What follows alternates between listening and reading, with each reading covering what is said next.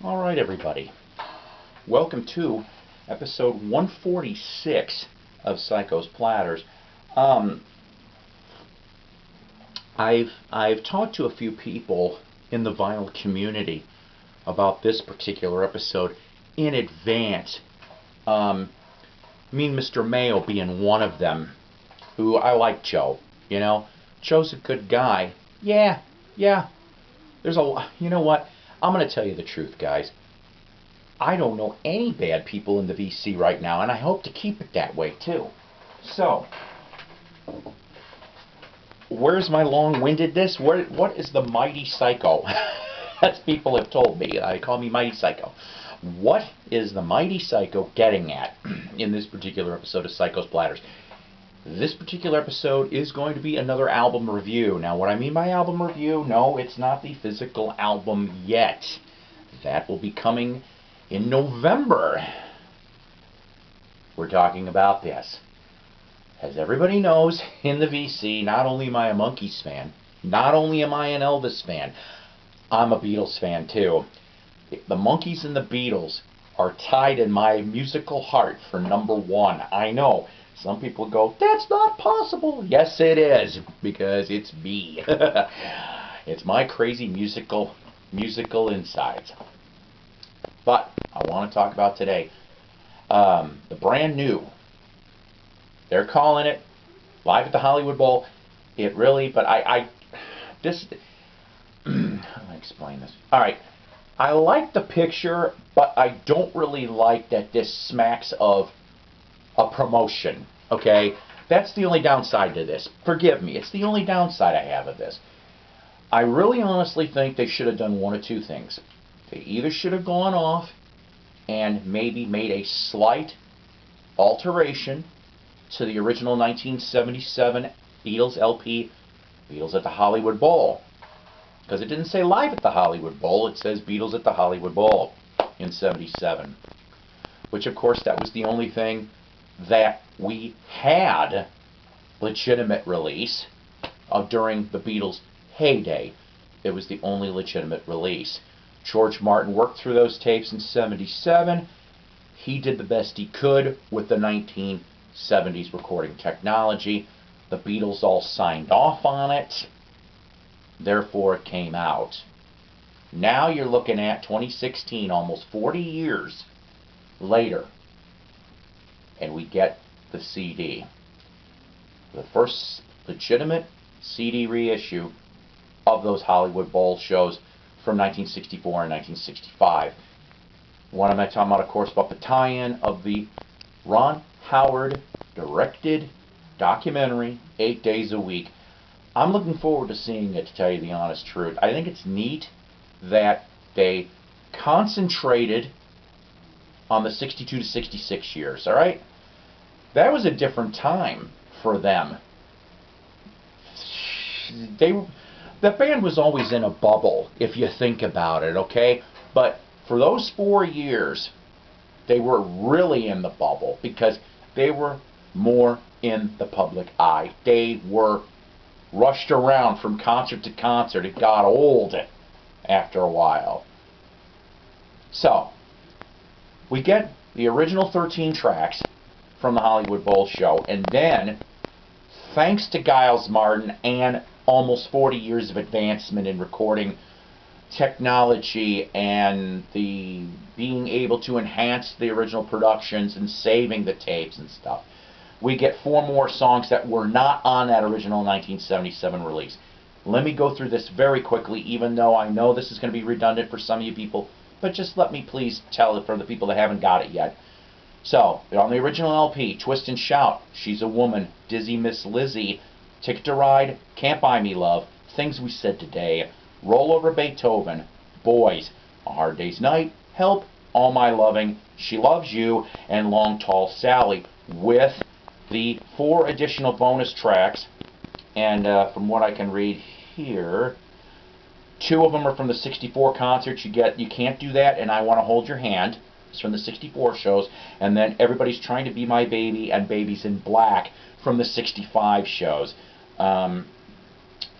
George Martin on here on the back quotes, Those of us who were lucky enough to be present in a live Beatle concert, be it in Liverpool, London, New York, Washington, LA, Tokyo, Sydney, or wherever, will know how amazing, how unique those performances were. It was not just the voice of the Beatles, it was the expression of the young people of the world. And in a way, George was right. Let me show you here, of course, this is what your gatefold looks like. I know some of you people have shown that in the videos already, but maybe some haven't, so that's why I'm doing this, okay? I like the booklet. Truthfully, though, I think this would have been a cool pick. I think instead, you know, or just any good old live pick should have been the front cover of this. I like this one here, which of course the backdrop is from radio station KRLA, was, I guess, helping to sponsor this show back then. Wasn't it Bob Eubanks? Bob Eubanks, who of course would end up being game show host to oh man, what is it? The one I'm thinking of. Newlywed Game, and a few others. He would end up doing that stuff, of course, but I think he was a KRLA DJ. Am I right on this, kids? Let me know about that. Here's another one from the press conference. So, let me tell you what I think, all things considered. I like Joe's story, Mr. Mayo's story about how when he got it, boom, when he was a kid, right off the bat. I have to tell you, that didn't happen with me. My Beatles phase didn't kick in till about 1979. I'm the hell out of this. Till 1979. And then I started getting the things. So, yeah, I ended up getting Live at the Hollywood Bowl, Beatles rarities. Those were the new things that came out for me that I was excited about. Heck, I even dug in and bought, what was it, Love Songs, which I think came out in 77. I got it for the material just as much as, to me, it was cool. That leather embossed cover. I loved it.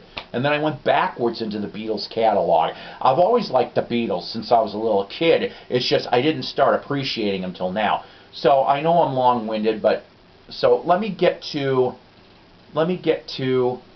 the good points of all of this, okay? Thank you, guys, for helping to enhance these things. I've listened to this twice already, and I do enjoy it very much. I know that it was brought up in a couple videos, the screaming.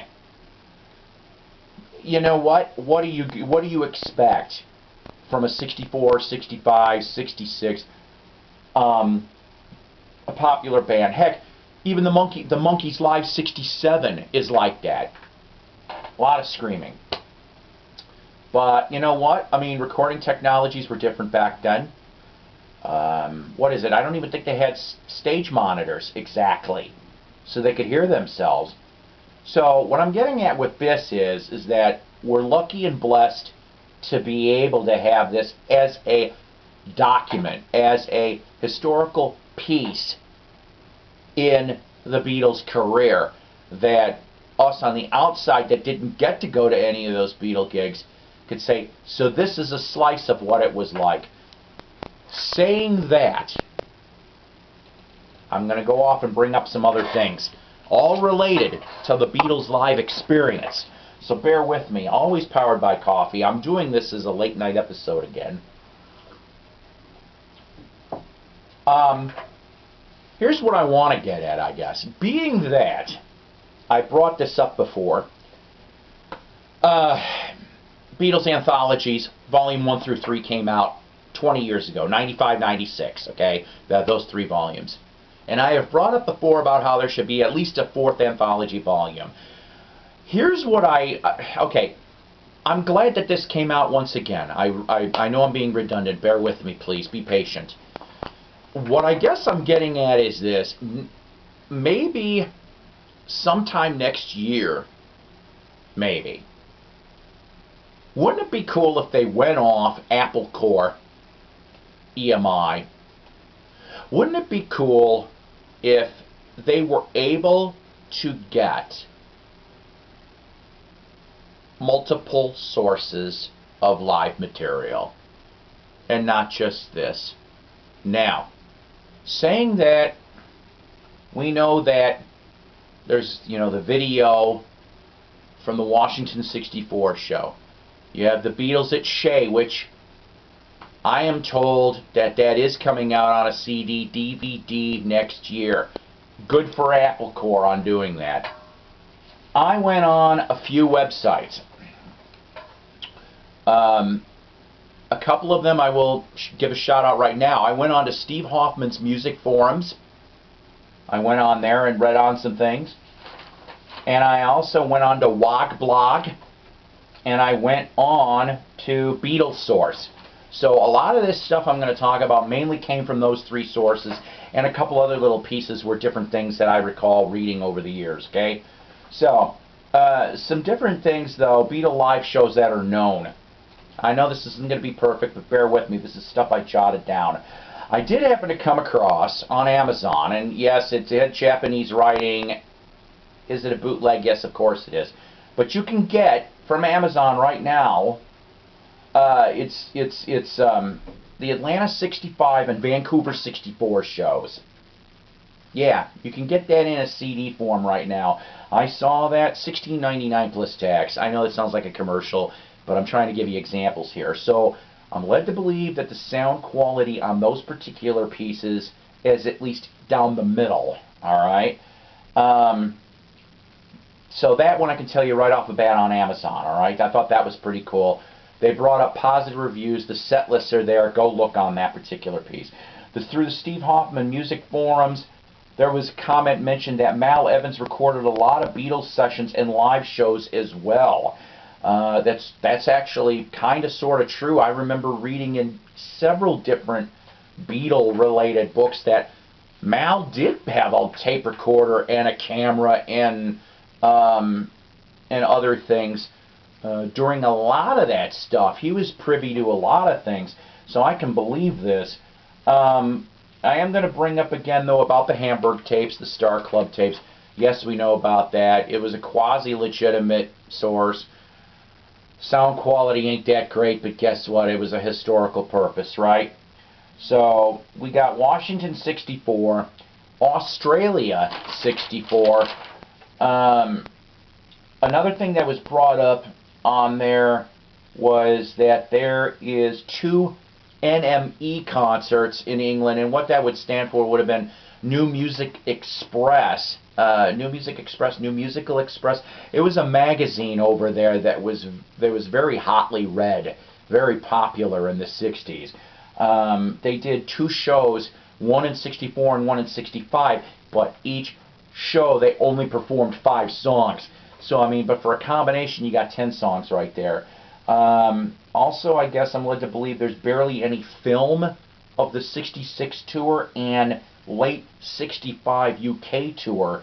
Almost nothing, I'm told, exists on that point. There was a bunch of different things brought up on the forum, and I also saw it in independent sources.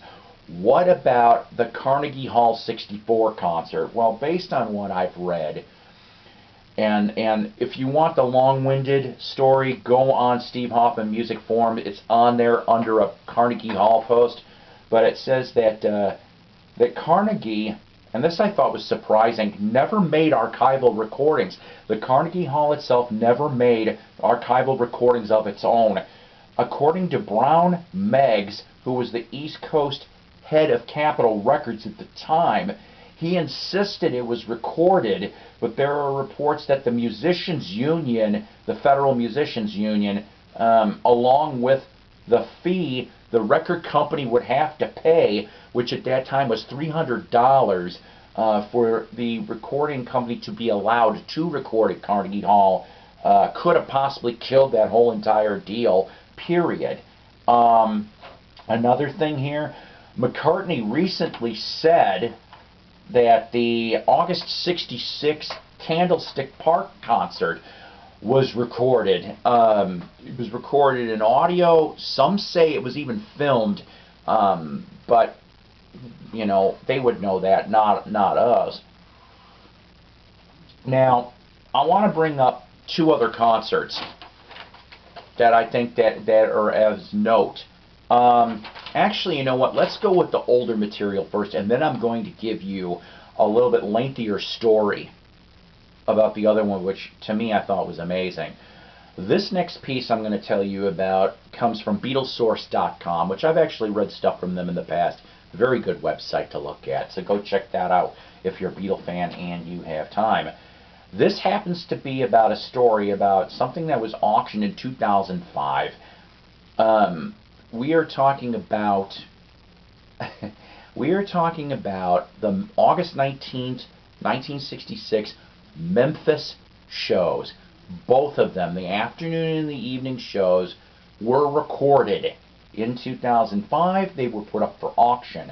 This was the description. Seller and friend went to both August 1966 Memphis shows with a single portable reel-to-reel recorder using Allegro reel-to-reel tape. EMI confirmed this tape to be authentic. It's 37 minutes in length and has this set list: rock and roll music, She's a Woman, If I Needed Someone, Day Tripper, Babies in Black, I Feel Fine, Yesterday, I Want to Be Your Man, Nowhere Man, Paperback Writer, and Long Tall Sally. At the auction, it was sold without copyright, and rumor has it that Apple Corps actually possibly purchased this tape, this group of tapes. They showed 3 boxes of reel-to-reels on the original auction photo. So that is supposedly in the vault. This next piece is a little bit more of a current story. This one came from Wogblog, W-O-G-B-L-O-G. The website is W-O-G-E-W. No, excuse me, I can't even read my own stupid writing. WOGOW.blogspot.com. That's where the address on this one is. This was an entry that was done just this August 25th here in 2016 about a tape that exists of the June 9th, 1964 Hong Kong show. Why is this important per se? Because Ringo's not drumming on it. It's Jimmy Nicol, who was a session drummer that the Beatles managed to be able to get at the last minute when Ringo was hospitalized back in England for his tonsillitis. If I remember correctly, I want to say it's about 12 or 14 shows that Jimmy Nicol did, basically for the Asian and Australian tour. That's what Jimmy ended up doing. The story goes for the particular gig, supposedly they were not sold out shows due to promoter made the prices too high for the tickets. I remember reading something about, it says here, about 60 to 70% of the seats were sold, but it might be less numbers than that. And then they said something about that a lot of servicemen and their families might have been given tickets at the last minute, so that might be most of the audience right there. But the story goes is that there was a radio journalist in the audience that happened to have, I'm not good with this, so bear with me, a UHER tape recorder, who he recorded the concert on a BASF reel-to-reel. The reviewer who posted this blog post, okay, the reviewer heard it on a cassette transfer copy. The original tape is safely and properly stored also in stages of professional treatment and has been verified by EMI and independent auction houses as authentic. It's crazy, guys. So I guess the long-windedness of this is this. I am glad. Pick this up for yourself. Pick this up. You won't go wrong, okay? If you've got that 77 album, this is in my opinion, an upgrade, okay? Get it. You won't be sorry on it. But just remember, there's more things out there, and they need to come out. How about a small live box set? Like, 3, 4 CDs? From the earliest known thing they can come up with, to that rooftop concert in '69. Let's have it all. You know we'll buy it if it's treated correctly and it's fan friendly. Alright? We'd buy it in a heartbeat. So, I want to leave you with one last thing. Got a few new subs. Some of these might be repetitive because I'm trying to remember off the top of my head here. Bloody Road to Joy, Mr. Eli Records, Vinyl Veteran, All Sales Vinyl, Nico Malcolm, Steve Whitty, and Bobby B.E.E. T.O. So, thank you for my long-windedness and your patience. But like I said, you know, when I believe in music product, I'll crow about it, alright? So, go grab this. Keep your eyes and ears peeled. And you know what? If you've got any additional comments, leave them, will you? I want to know what you guys know that maybe I don't know or that I missed from reading in here, okay? I try to do the best research I can possible for all you guys because I love and care about my videos and I love and care about you, VC. So until next time, take care, God bless, rock on, and I'll see you next time.